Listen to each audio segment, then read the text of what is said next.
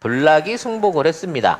네, 오늘 뭐 그러니까 이게 참 양가적 마음이 드는 게 뭐냐면 그래 승복해서 다행이다. 그렇지. 참 다행이다 생각이 드는데 아니 할 거면 그냥 바로 하면 안 됐었나? 일요일 날 했으면 안 됐을까? 더 기분이 좋잖아. 왜 이러세요? 아마추어처럼 SS가 이제 오더를 내렸나 보지. 아니야. 그래서 좀- 오더를 받고 한 것 같지가 않아요. 진짜?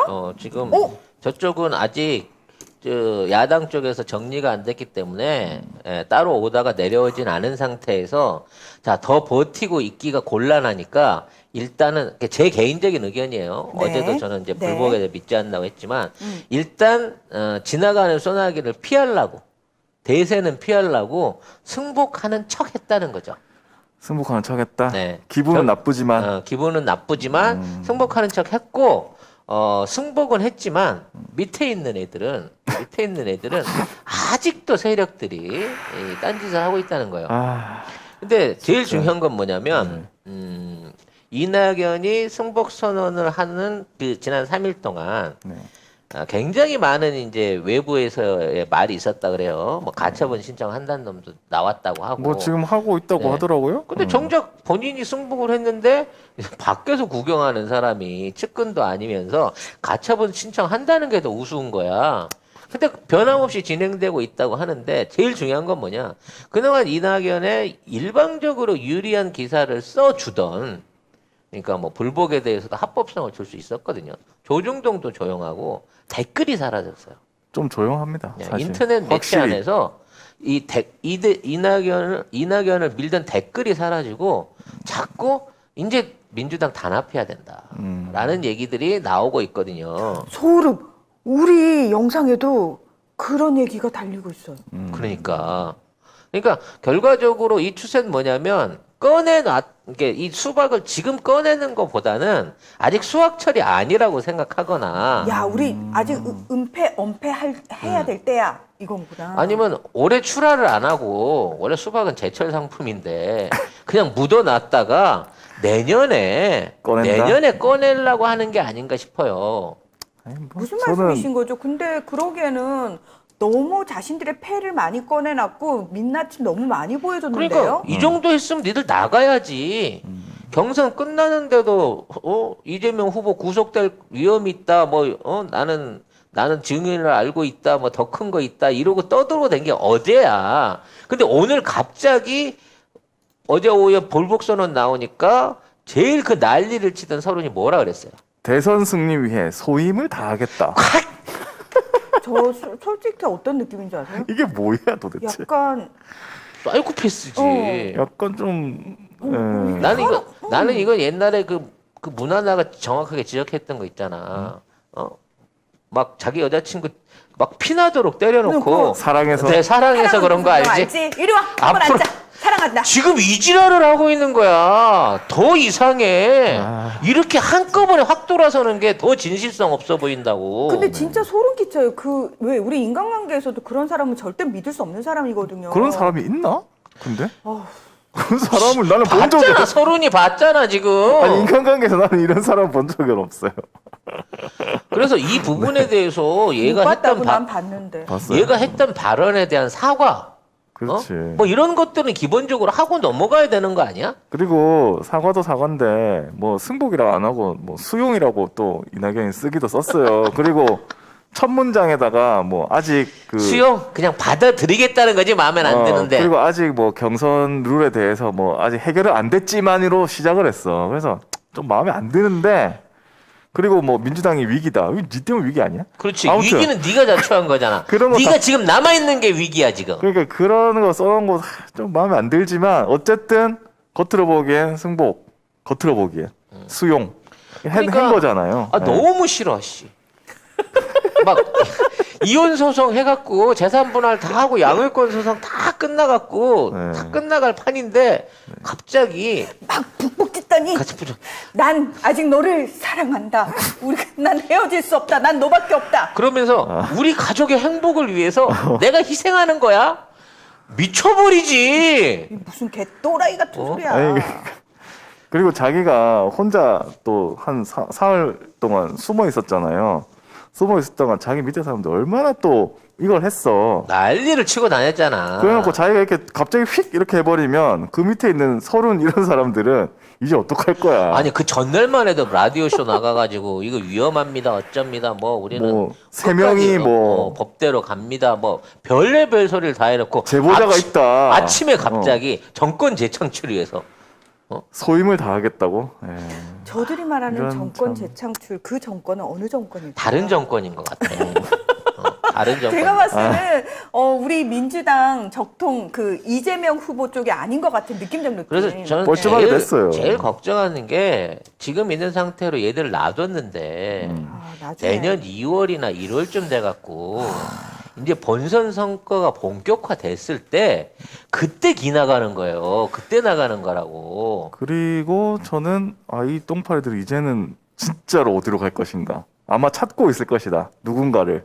그러니까 이것들이 이제 본선 들어가게 되면 지지율 싸움이 있겠죠. 그렇겠죠. 뭐 이재명 후보하고 저쪽은 뭐 결정이 안 됐으니까 아직은 누가 나올지 모르는 상황이니까.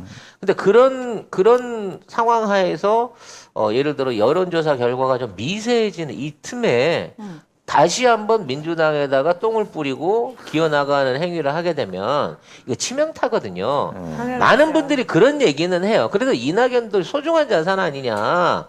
그 사람이 나가갖고 유세해주는 게 도움되지 않겠냐. 라고 생각하시는 분들도 있긴 있더라고요. 근데 안철수처럼, 선거 아무것도 지원 안 해주다가 선거날 비행기 타고 날라버리거나, 서울시장 오세훈으로 결정되고 난 다음에 흰 잠바 입고 돌아다니면서 유세하는 이런 꼬라지를 벌이면 그게 도움될 수 있는 게 아니에요. 근데 그런 얘기를 하는 사람하고 아직 교류를 하시네요, 송 작가님은. 저는 아예 끊어? 당연하지. 저는 그런 사람 딱 못 믿어요. 예, 같은 여자에서 나 박근혜 대통령 뽑았자니. 그런 사람 선배. 되게 많았어, 그때. 네, 맞아. 진짜 그 진짜 선배, 많았어요. 친한 선배였거든요. 제주 MBC에서. 그래서 바로 끊었어요. 그랬더니 본인이 왜 손절 당했는지를 몰라서 딴 후배를 통해서 연락이 왔어요. 근데 희정이는 잘 지내니 걔 왜 연락을 안 하는 요즘. 예, 어쨌든 저는 좀 성격이 그렇습니다. 그래서 요거를 송 작가 뇌피셜로 설계도를 다시 짜보는 거예요. 왜 승복을 하고 담잠이 앉았을까? 일단 이 선대위원장 자리를 비롯한 선대위 안에서 역할을 확대시키려고 일단은 승복하는 척 하는 겁니다. 이제 선대위 그렇지. 구성에 들어가니까. 그리고 제가 그 얘기 했잖아요. 선대위에 분명히 들어가려고 할 거다. 그리고 이제 원래 절차상으로 따면 선대위원장을 맡을 걸로 얘기가 되고요. 선대위원장이라고 하는 자리가 이제 어찌 보면 그 2번 그 차점자라고 그러죠. 2위를 한 사람들한테 늘 관례적으로 이어지던 자리였어요. 그렇죠. 네. 그렇죠. 그래서 그 막강한 권한을 주었을 때 이걸 어떻게 활용할 것이냐라는 부분 안에서 이 안에서 원팀 아닌 원팀 노릇을 하다가 자 보세요. 자 윤석열이 지금 저쪽의 지지율을 다 끌어먹고 있는 이유는요. 그렇게 욕을 먹는데도 불구하고 윤석열한테 모든 화살이 날아가고 있는 겁니다. 즉 다른 후보 그 국진당에 있는 모든 허물을 부동산부터 시작해서 모든 허물을 윤석열이 그걸로 다 껴안고 있는 거예요. 윤석열의 큰 허물로. 근데 이게 안 무너지고 있잖아요. 누군가는 그걸 유지하면서 끌고 가고 있단 말이야. 근데 월말쯤 지나서 11월 초쯤 가서 윤석열을 낙마를 시켜요. 공식적으로. 그리고 그 자리에 새 사람이 들어오게 됩니다. 그러면 이 세 사람이 뭐 지금 있는 사람이 아닐 수도 있고 지금 있는 사람 중에 나머지 3인 중에 하나 아니 홍준표나 유승민 중에 하나일 수도 있겠지만 어찌 됐거나 윤석열을 털어냄으로 인해서 일종의 면죄부를 받게 돼요. 그렇게 되면서 우리는 경쟁력 있는 후보가 되는 거고 그동안 윤석열이 떨어져 나간 상태에서 이재명과 윤석열은 같은 레벨.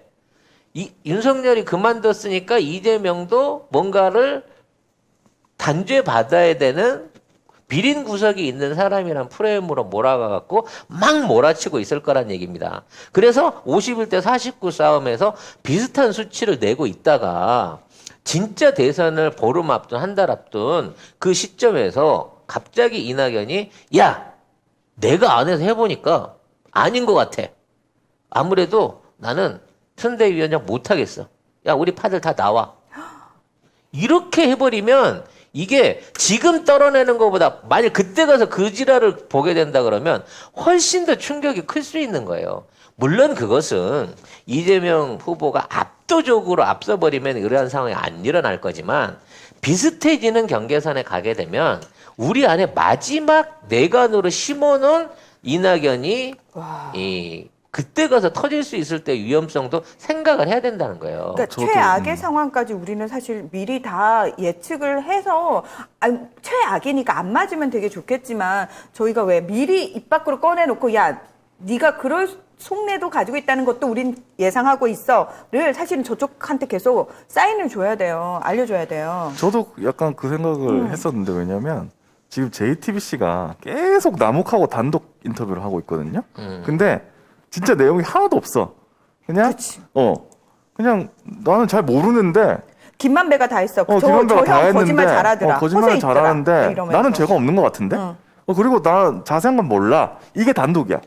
근데 계속해서 그런 단독이 나오거든요. 이거는 뭐냐? 이거는 내가 볼 때 SS에서 윤석열도 싫지만 이재명도 싫은 거예요.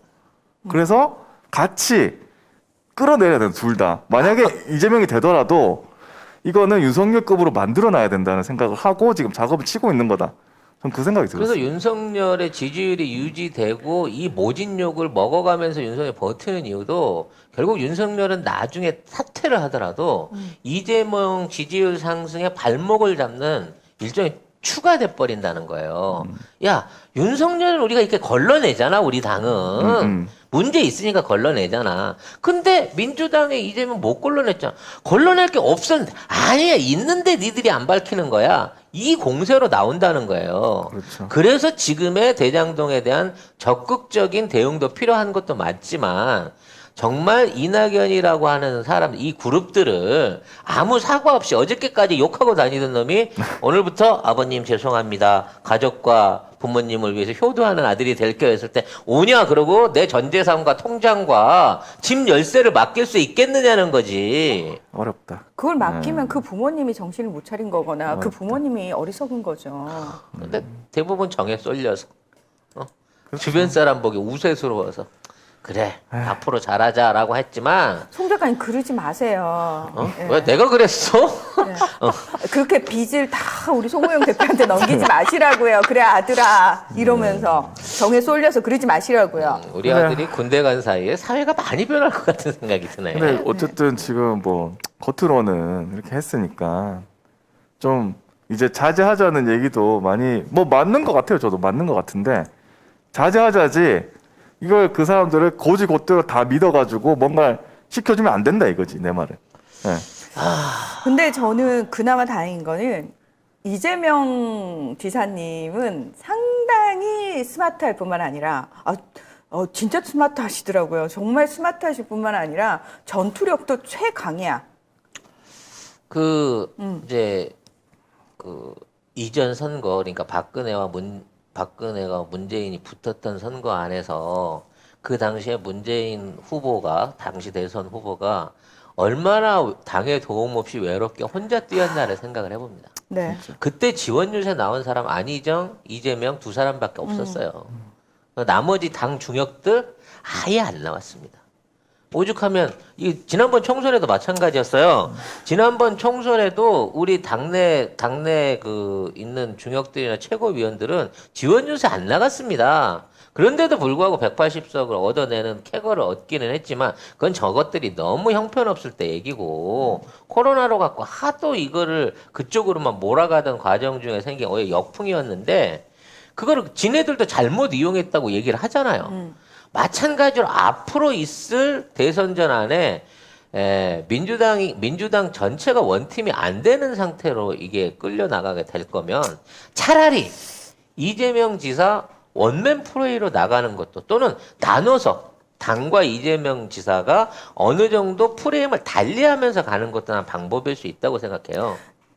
많은 분들이 이재명 지사님 그래도 민주당의 후보인데 당 내에서 저런 분당지를 쳐버리면 어떻게 속상하잖아요. 근데 가만히 생각해보면 이재명 지사님 분명히 민주당 출신이거든요. 분명히 민주당인데 이분이 성남시장 나갈 때도 그렇고 경기도지사 나갈 때도 당에서 이분에 아무것도 대해서 안 해줬어, 진짜로. 이분에서 뭘 해줬어요? 여러분 기억해 보세요. 심지어 경기도지사 나갈 때는 전부 다 전해철한테 붙어가지고 네. 거기 의원들 전부 다 전해철 지지했어. 전해철 쪽으로 붙어서 심지어 이재명 지사 정말 죽이려고 달려들었는데 그때 남경치 뽑자고 했어 그 사람들이. 그때 대의원 투표하는데 대의원 그 투표해갖고 후보 선정하는데 이재명 뽑을 거면 남경필 남경필 뽑자라는 뽑는다는 얘기를 네. 대놓고 하던 놈들이었어요. 지금 하는 거랑 똑같아요. 그때나 지금이나. 근데 그걸 다 뚫고는 와, 대신분이잖아 이분은. 그래서 내가 하는 얘기야. 만일 이게 쉽게 말해서 이 선대위에 대한 모든 걸 안 걸어도 돼요. 이제는 왜 이미 이제 SNS라든지 이런 그렇지. 대한 언론들이 활성화돼 있고 맞아요. 그렇죠. 어차피 코로나라서 대대적인 유세나 대중 행사를 할 수가 없습니다. 차라리 방송이라든지 언론 미디어를 통해 갖고 자기 내용들을 더 많이 확대할 수 있는 기회를 가지고 그걸로 갖고 국감이든 어디가 대차게 싸우는 모습을 보이는 게 오히려 국민들한테 호소할 수 있는 여지가 커요. 지금 사람들은 반반이거든. 대장동이 지금 비리가 맞나 잘한 건가를 갖고 기사가 막 반반이거든. 나오니까 기사가 나와 있는 상황이니까. 보는 사람들은 이게 이상한가 이렇게 생각한단 말이죠. 근데 이거가 이상하지 않다는 쪽으로 끌고 가게끔 해야 된다는 거지. 그래서 저는 하나의 어떤 프로젝트 같은 걸 생각을 해봤는데 노무현 바람을 일으킨 게 그 돼지 저금통이었잖아요. 그렇죠. 거기 예. 돼지 저금통이 선거비 예, 모아가지고 선거비 얘기했는데. 모아가지고 우리가 만든 후보고 우리가 당선시킨 후보 막 이런 게 있었잖아요. 근데 지금은 또 시대가 달라졌어요. 뭐 돼지 저금통의 시대가 아니잖아요. 지금은 뭐의 시대다? 유튜브의 시대잖아요. 저는 유튜브 바람을 일으키는 거예요. 이재명 프로젝트를. 그러니까 돼지 저금통을 모으듯이 각각 흩어져 있는 유튜브 방송들이 다 이재명으로 모이는 거지. 그런 분위기를 좀 만들어 보면 어떨까? 노무현 대통령을 당선시킨 게 그때 인터넷이었잖아요. 인터넷 카페나 이런 그렇죠. 쪽에 있어서의 지지였거든. 방금 말씀하신 거와 마찬가지로 이제 대한 언론들과 각종 그 커뮤니케이터들이 본격적으로 활동한 시기가 됐다고 생각합니다. 그리고 그만한 역량을 어느 정도 저는 갖췄다고 봐요. 사실 우리가 1년 전만 하더라도요. 보수 이쪽의 유튜버들의 규모라 그래야 되나? 훨씬 컸어요. 엄청났죠. 진짜. 엄청났었어요. 그래서 우리 진보는 거기에다가 명함을 못 밀 정도로 밀렸단 말이에요. 그렇죠. 근데 지금 보수에서 가장 큰 스피커가 누굽니까? 우리 아닙니까? 보수. 네. 우리가 보수. 우리가 보수 캐테고리 안에 가로세로 연구소 문 닫고 나서 우리가 제일 큰 거예요. 그 이제 또 시작한대요. 근데 막 이거 욕질하고 뭐 그때 했던 뭐 우리가 보수. 전 세계에서 후원금 10위안에 드네 하는 그때 그 걔네들 결국 총선 지고 나서 다 없어졌어요. 그리고 지금 재규 활동을 못 해. 그리고 이제 사람들도 그런 방식으로 하는 애들한테 더 이상 후원하거나 걔들한테 호응해주지 않습니다. 그리고 그따위로 가짜 뉴스나 혐오성 발언을 가지고 하게 되면 이제 유튜브도 차단을 시키고 있고요. 그렇기 때문에 앞으로의 시대 안에서는 진짜 많은 개인 커뮤니케이티와 우리가 할 수 있는 얘기들이 필요하다는 겁니다. 근데 아직 우리는 그게 조직화가 안 됐어요. 지금 이제 뭐 보배드림 같은 것도 있고 뭐 클리안 같은 것도 있지만 이와 같이 모바일이나 뭐 인터넷에 연결해 갖고 돼 있는 커뮤니케이트라고 할 수 있는 10만 이상을 모아 갖고 있는 게 전국에 120개 정도가 좀 넘어요. 이게 10만 명 이상 회원을 갖고 있는 맘카페를 비롯해 갖고 이게 120개가 좀 넘는 정도의 수준이라는 거지. 근데 이게 사실은 다 장악 상태예요. 저쪽 라인 안에 전부 다 장악이 돼 있어. 그게 안 돼 있는데도 약간 반반처럼 네. 약간 똥파리들이 들어와 그렇죠. 있거든요. 그 안에서 걔네들이 그 활동을 하거든요. 이제 그 안에 있는 사람이 다 그쪽 지지자라는 게 아닙니다. 그쪽에서 가짜 뉴스를 던지거나 뭐 그 여당에 대한 비난 기사를 떼놓으면 막 추천하고 추천 엄청 해요. 네. 좋아요 누르고 막 이래갖고 그것들을 지 안에서 키워 올리는 거예요. 그래서 그게 어느 정도 숙성되면 이거를 공중파나 정평이 또 들고 나가거든요. 그래서 이런 방식의 메커니즘이 쭉 이어져 왔기 때문에 그 안에 소속돼 있는 10만이 120개만 돼도 1200만 아닙니까? 어마어마한 수의 사용자들이 마치 저쪽에 있는 것처럼 호도되고 있는 부분이 있다는 거지.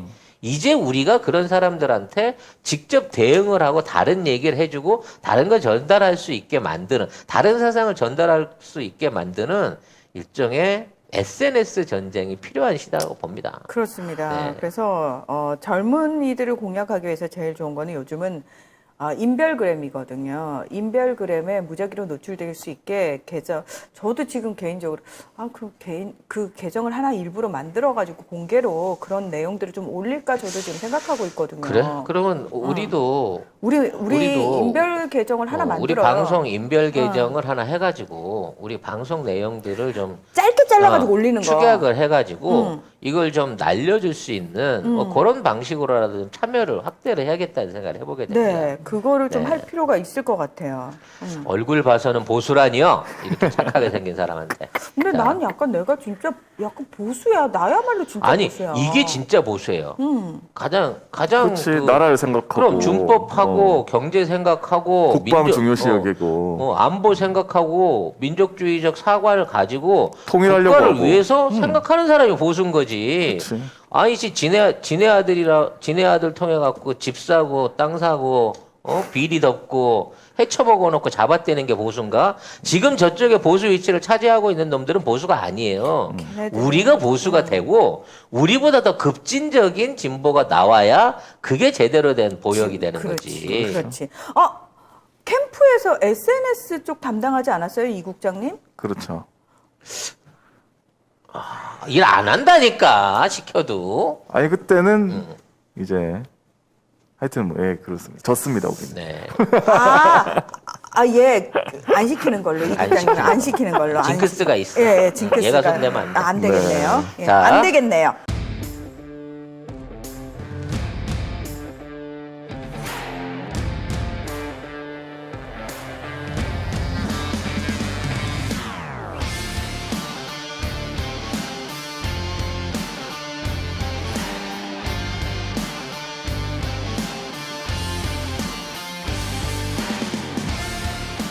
송작가 TV몰 일단 들어가시면은 이 선글라스 가격이 나와 있어요. 49,900원에 판매가 되고 있는데 128,000원짜리를 저희가 지금 싸게 팔고 있는 거거든요. 어디 가서 소문나면 안 되는 가격인 거고요. 네. 모델분이 직접 착용을 한 나비드라는 선글라스 제품이고요. 저는 얼굴에 단점이 많은 사람이잖아요. 특히 얼굴형 동그랗습니다. 게다가 광대 겁나 튀어나와 있어요. 어제 제가 이 선글라스 보면서 딱 그 생각했어요. 이거는 되게 괜찮다. 일단 가벼워요. 되게 가볍고 딱 꼈을 때 여러분 어때요? 저는 이 선글라스 사실 되게 마음에 들거든요. 요건 어때요? 요거 되게 발랄하고 약간 럭셔리해 보이고 저 예전에 몸 모를 때 선글라스라는 걸 모를 때 길거리 가다가 자판에서 10,000원짜리 샀어요. 눈이 너무 피곤해요. 선글라스는 외적으로 디자인도 예뻐야 되지만 무엇보다 사실 중요한 거는 요 안경 알이에요. 이걸 끼고 있을 때 피곤해지면 안 되는데 예, 요거는 그런 저급한 선글라스가 결코 아니라는 거. 지금 저희 송작가 TV 몰에서만 갑자기 반짝 세일을 하는 거기 때문에 요거 한정판입니다. 예, 한정판이어서 요거 다 수량 다 떨어지면은 이제 솔드아웃 되는 거예요.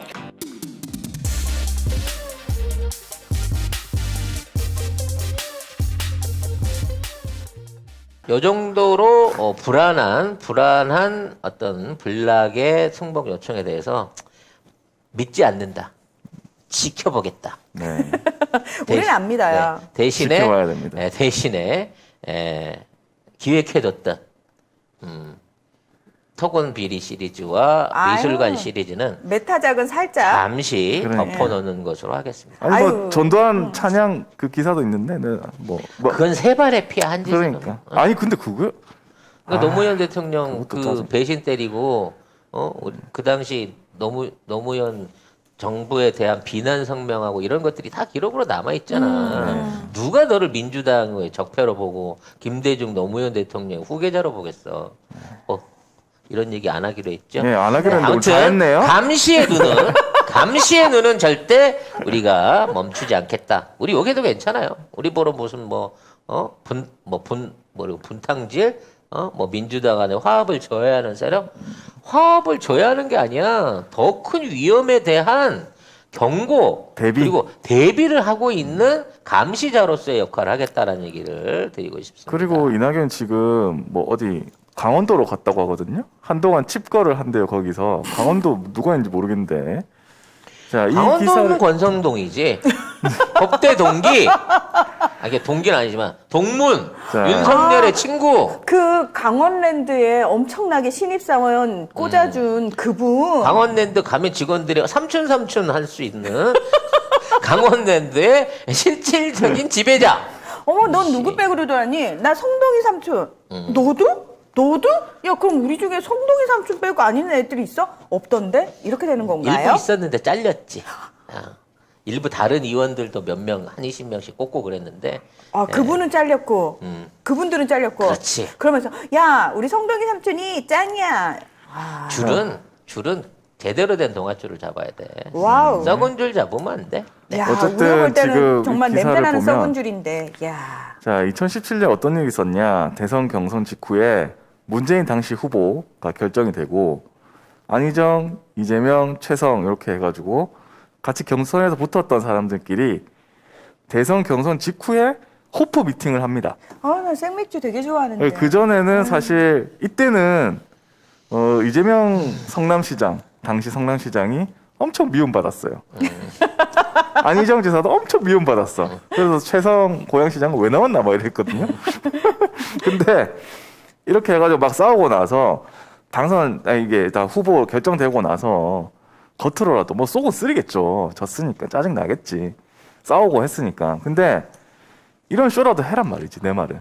왜? 저건 이제 쇼라기보다 진정한 화합이 있었고 결과가 좋았잖아요. 아니 결과도 좋았는데 안희정과 이재명은 역할을 다 했다니까. 다 했는데 그 둘은 또 욕을 뒤지게 얻어먹어가지고 그러니까 이미 예. 미운 털이 한번 박혀 있었지. 고백합니다. 저 때 진짜 저 두 사람 아주 죽일 듯이 저도 미워했어요. 정말 싫어했어요. 너무 싫었어. 그래서 이게 함부로 내부 총질하면 안 되는 거예요. 그거 해소하는데 오래 걸린대. 아니 본인 이재명 후보 자체도 그때 큰 교훈 얻어갖고. 그렇죠. 자기가 얘기 하도만 한다고 잘못했다고. 지금은 계속 반성하고 있잖아요. 자기가. 그래서 지금 안타까운 게 안희정의 낭만 거예요. 안희정이 JTBC와 그 여비선지 뭐 아무튼 직원의 인터뷰 나중에 무죄까지 받았지만 그 인터뷰 얘기가 없었다 그러면 차기 총리 1번 후보가 안희정이었어 사실은. 근데 저 사람이 밀려나가고 뭐 여론에 두드려 맞을 때 어쩔 수 없이 그 대안으로 끼워찬 사람이 이낙연이었고 이낙연에 대해서는 언론이 한 번도 씹은 적이 없다고 하는 그 전설적인 총리가 이낙연인 거잖아요. 그래서 이미 몇 년 전을 거슬러 올라가도 지금 노무현 대통령 때까지 생각하면 이게 몇 년입니까? 그러니까. 그때부터 생각하더라도 이낙연에 대한 찜찜함을 버릴 수가 없단 말이에요. 근데 지금 이 시즌에 갑자기 하루 만에 개과천선을 해서 우리 원팀을 위해서 최선을 다한다는 그 말을 어떻게 믿냐 말이야. 해온 짓거리들이 있는데 하지만 여기까지만 하도록 하겠습니다. 그만하죠. 그러면 네. 그만한다 그래 놓고 30분을 했어. 화가 나네요. 네, 화가 갑자기. 나네요. 네. 어쨌든 이런 거라도 했다 옛날에는. 지금은 그런 게 있을까 네, 싶습니다. 아무튼 송영길 대표와 이 후보가 좋은 명쾌한 안을 내놨으면 좋겠어요. 예를 들어 선대위원장을 하되 제주도와 호남 쪽만 담당을 한다든지. 아무튼 뭐 그래서 나머지 영남 아니, 그냥 쪽은 추미애 저는 그냥 뭐 이런 아무것도 식으로. 안 했으면 좋겠어요. 왜냐하면 경기 서울은 직접 카바친다 뭐 이런 식으로 선대위 3분론 옛날에 삼국 삼국지야. 분할하듯이 뭐 그런 것도 생각을 해봤습니다. 자, 그만.